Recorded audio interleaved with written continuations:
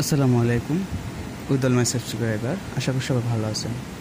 প্রিয় শিক্ষার্থী বন্ধু, আপনারা অবশ্যই অবগত আছেন আমরা ইন্ডাস্ট্রিয়াল লেভেলের সব ধরনের পাওয়ার বোর্ড রিপেয়ারিংয়ের ক্লাসগুলো আমরা আমাদের ইউটিউব চ্যানেলে আপলোড করে থাকি।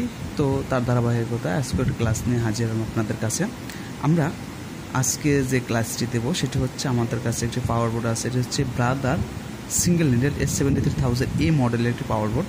তো আমরা এই পাওয়ার বোর্ডের আসলে বেসিক ধারণা একটু দেবো আপনাদের, কারণ আমার চ্যানেলে অনেক ইরর নিয়ে, অনেক প্রবলেম নিয়ে এই সার্কিটের অনেক ক্লাস আছে। তো আমরা মূলত একটু আজকে দেখবো যে বেসিক সিস্টেমটা কি, এর আসলে এই সার্কিটটা, এই পাওয়ার বোর্ডটা কয়টা ভাগে ভাগ করছে, আমরা কিভাবে পাওয়ার দিলে কোন কোন সেকশনে পাওয়ারগুলো যাচ্ছে, আমরা সিম্পল একটা ধারণা দেব ইনশাআল্লাহ। শিক্ষার্থী বন্ধু, প্রথমে আমরা দেখব এর পাওয়ার সেকশনটা। এটা হচ্ছে 220 ভোল্ট আমরা ইনপুট করা, এখানে হচ্ছে পাওয়ার দিয়ে আমরা 220 ভোল্ট এসি ভোল্টেজ দেই। এসি ভোল্টেজ দেওয়ার পর আসলে কি সার্কিট এসিতে কাজ করে না ডিসিতে কাজ করে? অনেকে কোশ্চেন করে যে আমার এই সার্ভো মোটরগুলো কি ডিসিতে চলে না। আমরা প্রথমে 220 ভোল্ট যখন এসি দিই, এসি দেওয়ার পর এখানে দুটো ফিউজ আছে। দুটো ফিউজ হওয়ার পরে ফিউজ কেন ব্যবহার করে, অনেকে কোশ্চেন করে কেন ফিউজ ব্যবহার করে। ফিউজ না ব্যবহার করলে তো অনেক সার্কিটে আবার ফিউজ ব্যবহার করে না।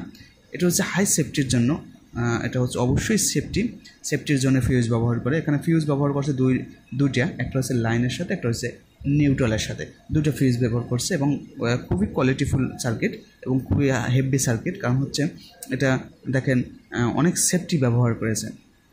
তো দুটি ফিউজ ব্যবহার করছে, এখানে ভেরিস্টর ব্যবহার করছে। ভেরিস্টর কিন্তু সেফটি, এখানে নন পোলারিটি ক্যাপাসিটর ব্যবহার করছে।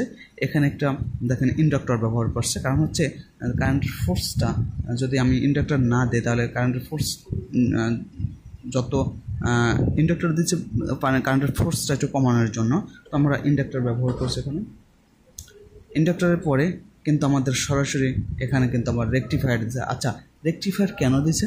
আচ্ছা, এই এসি ভোল্টেজটাকে ডিসি করার জন্যই কিন্তু আমাদের রেকটিফায়ার ব্যবহার করছে। এবং এখানে দেখুন অনেকগুলো কম্পোনেন্ট, আমরা যখন কাজ করব বা যখন কাজ শিখবো, বেসিক যখন শিখবো, আমরা এই কম্পোনেন্টগুলোর প্রপারলিভাবে আমরা ধারণা নিব। কারণ হচ্ছে এই কম্পোনেন্টগুলো সম্পর্কে যদি আপনাদের ধারণা ভালো না থাকে তাহলে আমরা কাজ করতে যে অনেক জায়গায় কিন্তু থেমে যেতে পারে। তাই আমার অনুরোধ থাকবে, আপনারা যখনই কাজ শিখবেন, কারণ নতুনরা যখনই এই সেক্টরে আসবে তখনই কিন্তু এই কম্পোনেন্টগুলো, কোন কম্পোনেন্টের কী কাজ, ইন্ডাক্টরের কী কাজ, রেকটিফায়ারের কী কাজ, এই কম্পোনেন্টগুলো সম্পর্কে অবশ্যই আপনাকে ভালো ধারণা নিতে হবে শিক্ষার্থী বন্ধু। তো আমরা রেকটিফায়ার ব্যবহার করছি। রেকটিফায়ার ব্যবহার করে রেকটিফায়ার এখানে দেখেন একটা রিলে আছে, একটা এনটিসি আছে। এনটিসি কেন ব্যবহার করেছে? আরও হাই কোয়ালিটির সেফটির জন্য। রিলে কেন ব্যবহার করেছে? রিলে হচ্ছে একটা সেফটি ডিভাইস এবং এটা রিলের কাজ হচ্ছে সুইচিং করা। রিলে অনেক সার্কিটে আছে, অনেক পাওয়ার বোর্ডে আছে যে আমরা রিলে ব্যবহার না করলেও চলে, কিন্তু বাট এই সার্কিটে দিচ্ছে আরও সেফটির জন্য শিক্ষার্থী বন্ধু। এখন আমরা দেখতে পাচ্ছি যে রিলে ব্যবহার করছে, রেকটিফায়ার ব্যবহার করছে, রেকটিফায়ারের পর এনটিসি ব্যবহার করছে। এনটিসি হচ্ছে আরও সেফটি কেন? যখন আমার সার্কিটে যদি ওভার কারেন্ট হয়, হাই ভোল্টেজ হয়, তখন আমার এনটিসি রেজিস্ট্যান্স বেড়ে যাবে না, রেজিস্ট্যান্সটা ফেটে যাবে, তাহলে আর আমার সার্কিটের ভিতর কোনো পাওয়ার থাকবে না, পাওয়ারটাকে অফ করে দেবে। শিক্ষার্থী বন্ধু, আমরা আসলে টোটালি একটি সার্কিট নিয়ে এভাবে আমরা আমাদের স্টুডেন্টদের নিয়ে আলোচনা করি যে আসলে কীভাবে সার্কিটটা স্টেপ বাই স্টেপ কাজ করতেছে। তো আমরা রেকটিফায়ার থেকে আমরা ডিসি ভোল্টেজ পেলাম। ডিসি ভোল্টেজটা কি আসলে ডিসি না, এটার ভিতরে একটি এসির ভাব আছে। এটি হচ্ছে পালসেটিং ডিসি। এই পালসেটিং ডিসিটাকে আমাকে পিওর ডিসি বানাতে হবে। পিওর ডিসি বানাতে আমাদের কী কম্পোনেন্ট ব্যবহার করতে হবে? অবশ্যই ক্যাপাসিটার ব্যবহার করতে হবে। এবং আমরা দুইটা ক্যাপাসিটার প্যারালালি ব্যবহার করেছি। এখানে ফিল্টারিং হয়েছে, হাই ফিল্টারিং হয়েছে। ফিল্টারিংয়ের পরে এখানে কিন্তু একটু ভোল্টেজ বেড়ে গেছে, কারণ আমরা 220 ভোল্ট ডিসি পেয়েছি। 220 ভোল্ট থেকে আমাকে যদি আমার সার্ভো মোটর চালাতে হয় তাহলে আমাকে 350 ভোল্টেজের মতন দরকার আছে। তো আমার এইখান থেকে 350 ভোল্টেজ আমার ডিসি বের করবে। ডিসিটাকে কী করছে? ডিসিটাকে আমাকে দেখেন এখানে 3টা আইজিবিটি ব্যবহার করছে। দুইটা আইজিবিটি হচ্ছে ফিড মোটরের, মানে এই মেশিনটায়, এই মডেলটায় দুটো মোটর ব্যবহার করা হয়। একটা ফিড মোটর আর একটা হচ্ছে মেইন মোটর। মেইন মোটর হচ্ছে নিডেল চালানোর জন্য, ফিড মোটর হচ্ছে ফিডটাকে আগে পিছিয়ে করার জন্য যে ফিড মোটর ব্যবহার করা। দুটো আইজিবিটি ফিড মোটরের জন্য, এটা হচ্ছে আইজিবিটির ফিড মোটরের কানেকশন, এটা হচ্ছে মেইন মোটরের কানেকশন।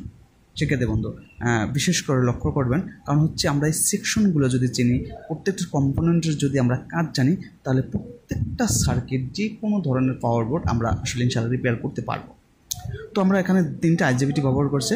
3টা আইজিবিটিতেই কিন্তু আমার ইনপুটে অর্থাৎ আইজিবিটির প্লাস মাইনাসে আছে, এবং এখানে দেখেন আইজিবিটির কটা কানেকশন, 1 2 3 4 5 6 7 8, মানে এই 3টে এখান থেকে আমার নেগেটিভ ভোল্টেজ ঢুকবে, এখান থেকে আমার পজিটিভ ভোল্টেজ সরি এটা নো কানেকশন, এখান থেকে আমার পজিটিভ ভোল্টেজ ঢুকবে, এখানে হচ্ছে ইউডাব্লিউভি, এটা হচ্ছে মোটর কানেকশন, মোটরের আউটপুট, মোটর থেকে এখানে ইনপুট ভোল্টেজ ঢুকবে।